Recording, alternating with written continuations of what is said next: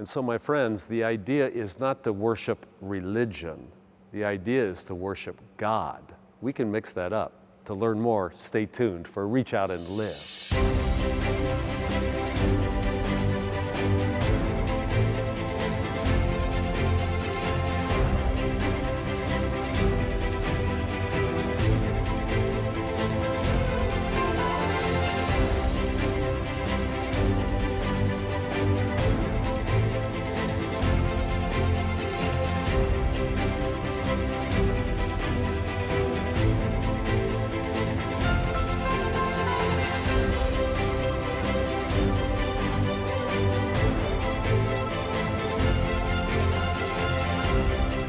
Welcome to Reach Out and Live. We are about to have a spiritual time together on television. Now, we're a classic Christian church, but with an open mind and open spirits, we'll address all the biggest questions in life. I'm glad you've joined us. The congregation is ready for worship. Let's join them.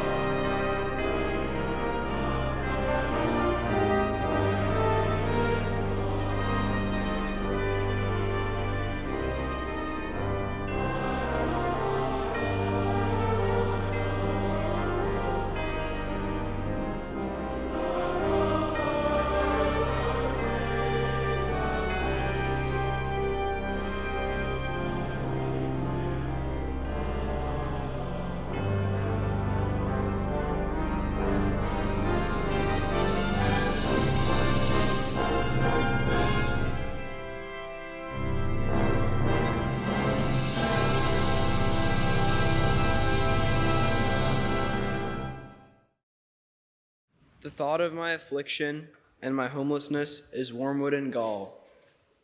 My soul continually thinks of it, and it is bowed down within me. But this I call to mind, and therefore I have hope. The steadfast love of the Lord never ceases. His mercies never come to an end. They are new every morning. Great is your faithfulness. The Lord is my portion, says my soul. Therefore I will hope in him. The Lord is good to those who wait for him, to the soul that seeks him. It is good that one should wait quietly for the salvation of the Lord. The steadfast love of God never ceases. God's mercies never end. God's mercies are new every morning. Great is God's faithfulness. You know, it occurs to me, in church, we're always talking about a faith in God, but we don't talk enough about the faith of God. Maybe you think religion is primarily about believing in God, but maybe religion is primarily about God believing in you. Oh, don't miss that storyline in our Bible. It's all throughout it. You might think in your memory the Bible's about a people's faith in God. The larger arc is God's faith in us, a God that won't give up on us. I mean, Abraham, Isaac, Jacob, Joseph, they go sideways. King David goes sideways, And God holds fast. God holds faith in us all the way through the storyline. To finally, we're in the desert and we're groaning and moaning and we make idols and we give up on God, but God doesn't give up on us. And then ultimately, God so loves the world. God has so much faith in the world that God sends His only Son. Great is thy faithfulness. Have you ever had a perfect coffee shop in your life? It's got to happen at the right time in your life, when you actually have time to hang out in a coffee shop, because life gets busy. But have you had the perfect coffee shop? Because it is an amazing alchemy of perfectly pungent beans, and then the perfect tables and chairs where you want to hang out. There has to be this subjective vibe that you just feel ensconced there. There has to be interesting clientele. Have you had the perfect coffee shop in your life? I did. I was a grad student in Berkeley, and on the north side of Cal's campus on Euclid Avenue, there was this coffee shop. And I knew right away it was going to be my coffee shop. I mean, the clientele was so diverse and eclectic, and the vibe was perfect, and it was filled with grad students and undergrads but townies and people hard on their luck. It had it all, and I knew the first time I went to bathroom there, it was my coffee shop.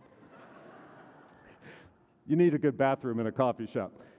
But I went in there, and on the bathroom wall right away, I saw the perfectly smart and snarky graffiti. On one wall, whole wall, it said, in quotes, "God is dead," signed by the great 19th century philosopher Friedrich Nietzsche.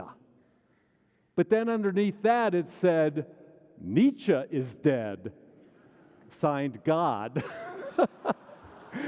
I go, oh man, this is my coffee shop. On the other wall, I saw that it said, "To be is to do," signed Socrates. And underneath that it said, "To do is to be," Aristotle. And underneath that it said, "Doobie doobie doo," Sinatra. Oh, I knew it was my coffee shop. I would buy a latte for $2. It's 1990. $2. And I would sit at that table for 4 hours. I don't know how they made a business out of this. Maybe there's no more perfect coffee shops because this is before laptops, before cell phones. I mean, now you walk into what could be a hip and countercultural coffee shop, but people are on their computers. It looks like a corporate workstation now. Back then, there was none of that. You just hung out, read a little in a book, journaled longhand, and if someone sat next to you, you actually talked to each other. Every once in a while, someone would sit down, and I would tell them I'm a grad student in theology. And quite often, they would say, "I don't think I believe in God." So if you poll the American populace, about 85% of people believe in God. I mean, 85 to 90%. It's a supermajority. But a Berkeley coffee shop's not a random selection. There were less people that believed in God. So I began to really appreciate the conversations I could have with people that didn't believe in God. And it began to mean a lot to me. I got into a lot of these conversations. And I could feel my heart almost lean in, because when someone doesn't believe in God, I worry that they don't think there's purpose to life, some ultimate purpose. I worry that maybe they don't trust that love is stronger than anything else, stronger than hate or greed. I worry about it. Now listen, I don't worry about them as a person. I talked to so many people that didn't believe in God that were kind and moral and smart, and they were good people. And I didn't think they'd go to hell if they didn't believe in God. I don't believe in hell. And I don't think God is about whether you have the right ideas in your head. I wasn't worried for their eternal soul. I was worried if they were missing richness in life. Or I'm not positive what I was worried about, but I would lean in. When they said, I don't believe in God, right away I would say, tell me about the God you don't believe in. And then I would listen. Keep telling me more about this God you don't believe in. And if you let someone talk enough about the God they don't believe in, well, then you'll notice what I did, that I don't believe in that God either. The way they would describe God, they wouldn't describe God in the way that the high magisterial Christian tradition explains God. They would talk about God as, like this old dude with a beard up on a cloud and like with lightning bolts in it. They would describe Zeus. That's what they were describing. I don't believe in Zeus either. And that God would cause violence and judgment. And I would try to tell them of the remarkably sublime way the high tradition talks about God in Christianity. I would tell them of the Cappadocian Fathers and the Western Church Fathers that began to develop this incredibly philosophically dense notion of God, not some Zeus. Let me tell you from a great theologian, let me quote this. To speak of God properly, then, is to speak of the one infinite source of all that is, eternal, omniscient, omnipotent, omnipresent, uncreated, uncaused, perfectly transcendent of all things, and for that very reason, absolutely immanent to all things. I know this is almost impossible to understand, but hear the density and the power. God so understood is not something posed over and against the universe or in addition to the universe, nor is God the universe itself. God is not a being, at least not in the way that a tree or a shoemaker or a frog is a being.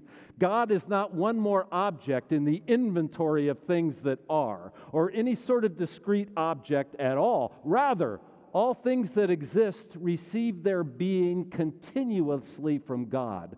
God, who is the infinite wellspring of all that is, in whom all things live and move and have their being. In one sense, God is beyond being, if by being you mean one totality of discrete finite things, a thing alongside other things. That is not God. In another sense, God is being itself, in that God is the inexhaustible source of all reality, the absolute upon which the contingent is always utterly dependent, the unity and the simplicity that underlies and sustains the diversity of finite and composite things, infinite being, infinite consciousness, infinite bliss, from whom we are, by whom we know and are known, and in whom we find our true consummation.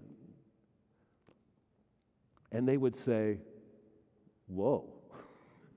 No, it's hard to understand. And they would say, well, I'm not sure I understand that. I'd say, well, how can you be sure you don't believe in what you don't understand?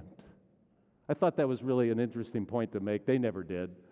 But oh, the way we speak of God, never underestimate the philosophical power and complexity of the way the Christian tradition talks about God. It's not Zeus.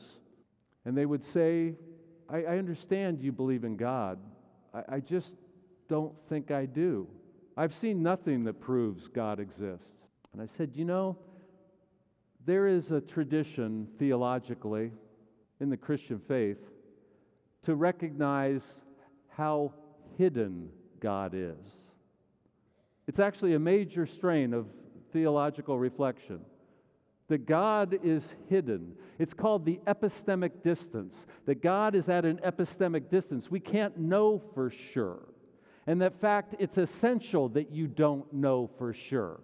Because if God was obvious, if God was so obvious that you wake up in the morning and the clouds in the sky spell out, I'm watching you, or if God is so obvious, God's walking alongside you all day through your day, if God was that obvious, you wouldn't be free to be the person you are. And you wouldn't be free to come to faith. If God was standing next to you, that would be coercion of faith. Do you see this? If God made God God is this infinite power. If God was obvious, you'd be overwhelmed. And true faith is never coerced. And so God hides a little bit so that you can search and seek and hope and discover for you as a person the way that you would do it and come to something that's your own understanding. Epistemic distance. It's a major part of theological conversations, but we don't talk about that much. And people think that the Christian faith is always saying, if you don't believe in God, you must be crazy because it's obvious. If you have faith, if God feels obvious to you, that's just a blessing. That's just a gift you've received. Because no philosophical arguments will get you to some sure sense that God exists. So we're in a coffee shop in Berkeley, and we'd go pretty intellectual. There are these classic arguments for God, the teleological argument that everything has a cause. In our universe, everything has a cause. And so the universe itself must have a cause, and that cause is the first cause, that is God. Or the moral argument that somehow you know what's right. How is it that you tend to know what's right and you have a morality? Well, that must be because of God. I mean, there's these philosophical arguments. Or argument from design, that if you look around at the complexity of the world and the spinning galaxies, and there must be a designer. But all those arguments can be refuted. You can't argue your way to God. And I would tell them this: there's no proof of God. And you can't argue someone into liking a glass of milk, right? That's what the Supreme Justice said. At some point, God is more like a subjective taste. Someone has a taste for God. It's more of a feeling level. Oh, we'd get into these conversations, and as they told me that they're not against anything, they just don't believe in God. And I would tell them of the via negativa. This is an ancient tradition in the church. The via negativa. It's the sense that God is so inscrutable, that God is so mysterious, that you really shouldn't try to say anything about God. The via negativa. That you should only really think about what God is not. That maybe that's all you could do. And St. Thomas Aquinas said, any human word you would pick and ascribe it to God, it falls hopelessly short of defining the infinite. Even when we say God is love, don't think we just have a handle on that, because God's love would be so far beyond human love, it's nothing compared to our love. So the via negativa says there are no words that could capture God. And the great 14th century mystic told his congregation, quit flapping your gums about God. God is beyond anything you would say. Now, I know right now I'm talking a lot about God, and I'm not going to fall silent because I'm preaching right now. But sometimes it sounds like religion just heaps all these words and ideas on God. God's beyond it all.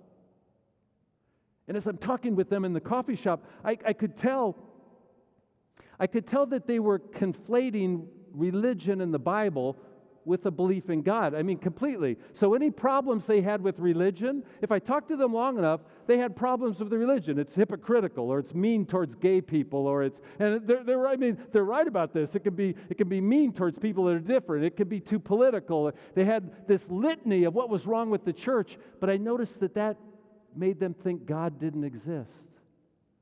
Well, religion is not God. Oh, hear this. Hear what I'm saying. No religion is true. God is true. Do you hear what I'm saying? I hear Christians say there's only one religion that's true. There's no religion that's true. God is true. Anything that a religion could say about God falls short of God's truth. But they were combining what they hated about religion with God. God relativizes all religion. God is God. There's no religion that's perfect. Jesus is perfect. And they had problems with the Bible. And they thought at times the Bible seemed so odd, and they couldn't understand it, and weird stuff in there. And they would let that impact whether they believed in God or not. But God is bigger than the Bible. I believe that the Bible is God's word when rightly interpreted. That's a complex thing, and I'll leave it to another sermon. But God is beyond the Bible. Oh, we'd talk for a long time. And I really enjoyed those conversations. I didn't change any mind, but I wasn't trying to proselytize. I just was hoping maybe their imaginations were opened. Maybe they were open to the mystery. Maybe they could begin to realize, and this is what I would end with, that even if you don't believe in God, God believes in you. Because great is God's faithfulness. Even if you don't have a grasp on God, God has you. Great is thy faithfulness. Great is thy faithfulness. Morning by morning, new mercies I seek. All I have needed, thy hands have provided. Great is thy faithfulness, Lord, unto me. Oh, maybe you're not sure of your faith. Probably most of us aren't sure of faith. It's not called certainty, it's called faith.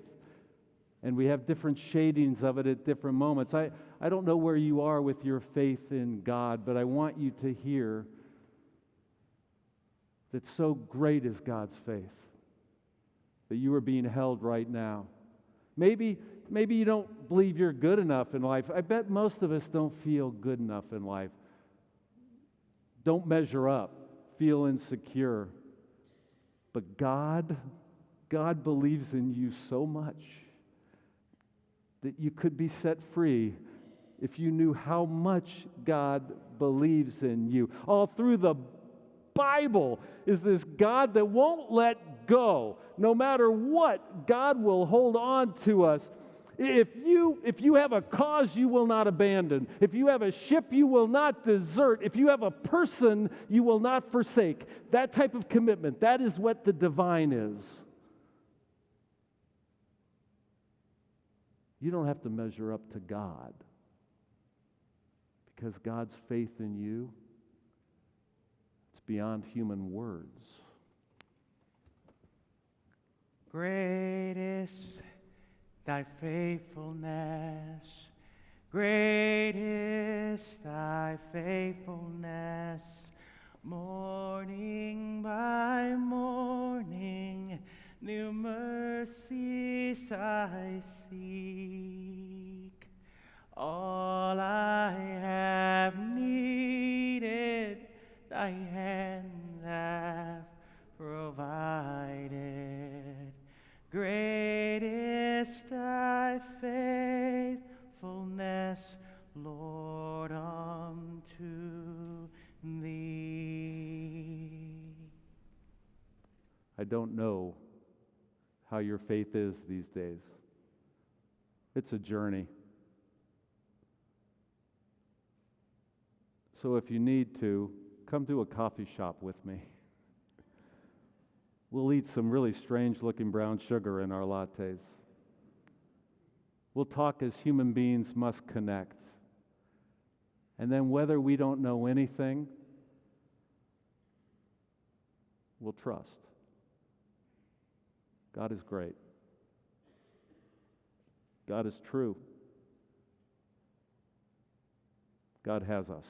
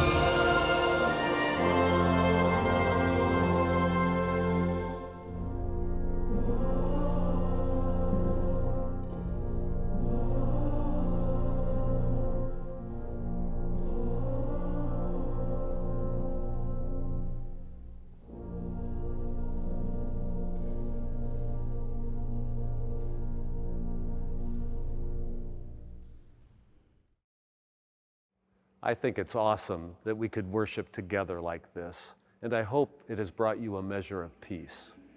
Do you know you could join our worship services live every Sunday morning at 9, 10:30, and 11:59 on Facebook, YouTube, and our website, and all of that is made possible by people who offer gifts like you. If you believe that an open-minded, loving congregation can help change the world, then consider making a donation. It will help us increase the love of God and neighbor in both Nebraska and the world. Last year, First-Plymouth Church, with your help, bought and forgave over $600,000 of medical debt for struggling families. The FP Just Neighbors initiatives help with the costs of laundry at local laundromats and help fill our neighbors' gas tanks at special volunteer events. And every month, First Plymouth members help feed the neighborhood by acting as a food drop location for the Lincoln Food Bank. There are so many ways you could help us help others. If you would like to join our Sunday live streams or just learn more about our church, go to firstplymouth.org or find us on Facebook and YouTube.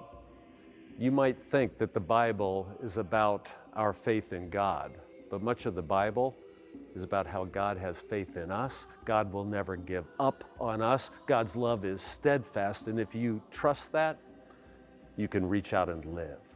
Tune in again next week for another edition of Reach Out and Live.